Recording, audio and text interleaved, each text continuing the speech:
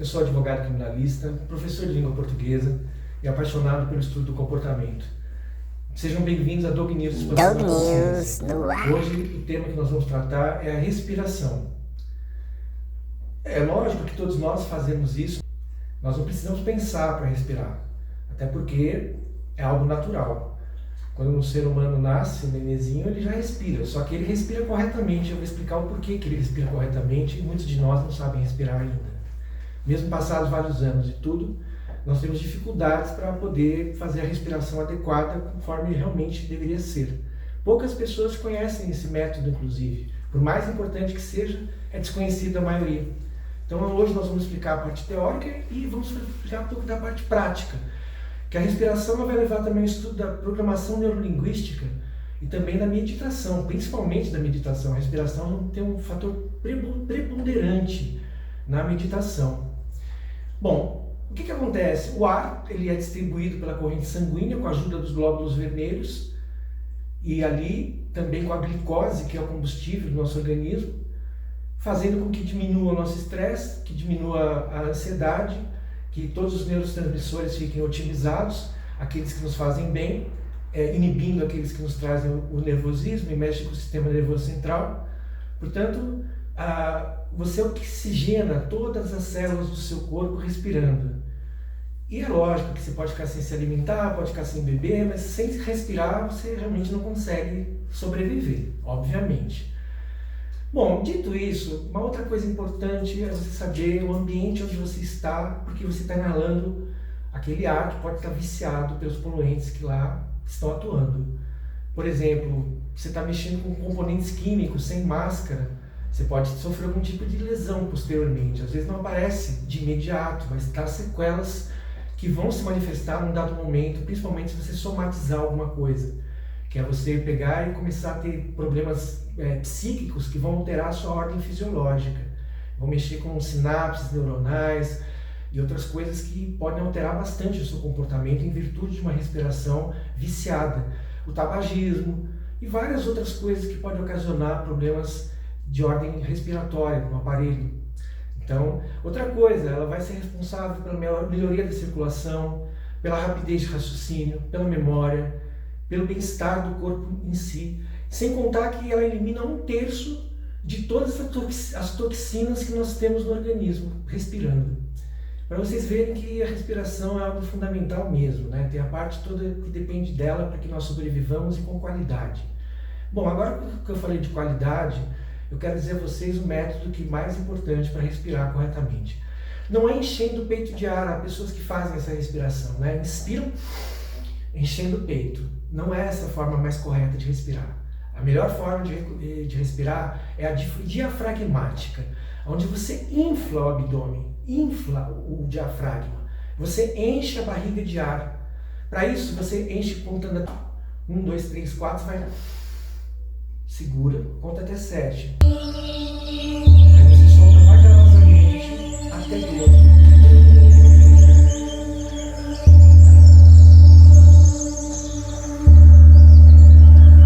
Quando você faz isso, você vai, logicamente, esvaziando o diafragma de ar até o ponto em que você esvazia os pulmões todos. Você vai sentir uma leve contração no baixo abdômen, onde está o ponto de energia do ser humano, que é o Qi, chamado Qi. Vocês devem ter ouvido falar, quem assiste a artes marciais ou pratica, sabe bem do que eu estou falando. Ele é o centro de energia do corpo.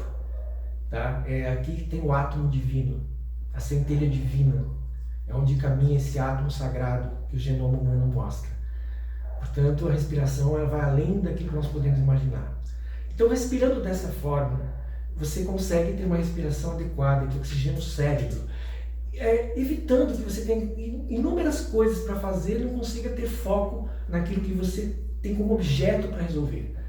E aí você, com o cérebro oxigenado, todas as células vão ser utilizadas e todo o potencial que você tem será escancarado. Tá? Visto isso, vamos partir para o estudo da programação neurolinguística, que é um instituto da neurociência, para poder entender a respiração, como ela funciona nesse instituto. A PNL é uma espécie de hipnose consensual, em que o indivíduo não está em transe, ele não está em nada disso, ele se senta com a coluna ereta, como sempre, com a cabeça alinhada aos ombros, o queixo fica paralelo ao chão e os olhos ficam fixos no horizonte. Tá? E ele vai respirar pela narina, pelas narinas. Então ele vai inspirar, como expliquei agora há pouco, o mesmo esquema, só que as mãos dele, em vez de estar assim como um mudra cósmico, em que existe o sistema solar, os planetas e tudo mais, e aqui no centro existe o Buda, você está segurando o Buda, é o universo, o símbolo do universo isso aqui. Você vai colocar as mãos na coxa, na PNL. E ali, com a postura tal, você vai fechar os olhos, diferentemente do que o Zen fala, porque o Zen, a meditação é de 45 graus, mas nós não vamos explicar, vamos para a PNL primeiro. Então, feito isso, você vai começar a imaginar, por exemplo, nos olhos fechados, o mestre das coisas vai dizer a você, ele vai te guiar. E vai ter uma música, uma trilha sonora de 528 Hz, que é para ter impacto no cerebelo e outras coisas do cérebro, para poder fazer com que você entre num equilíbrio diante daquele som, que vai te levar quase como meio robótico, vai te levando a ficar cada vez mais dentro do espírito da programação. Então o que acontece? Ele vai dizer para você fechar os olhos como se estivessem muito pesadas as pálpebras, que você não é capaz de abri-las, e vai pedir para que você imagine que o seu pé esquerdo está dormente, pesado, muito pesado, e você começa a sentir que ele está pesado mesmo. E aí ele vai subindo, dizendo que o tornozelo também está, e vai para a perna, vai chegar no joelho, vai para a coxa, depois começa outra vez do lado direito, fazendo o mesmo processo até chegar até o tronco, né? Chega na bacia, e vai subindo abdômen, peito, pescoço, face, cabeça, couro cabeludo, e assim vai nuca, e vem as costas e tudo mais, e vai descendo até chegar ao fim. A partir de, lógico, que dando comandos em que você vai sentindo a energia toda fluindo no seu corpo. A partir dali, depois que ele fez isso, ele começa a te levar através da respiração, sempre respirando profundamente, o seu cérebro ele vai caminhando com você.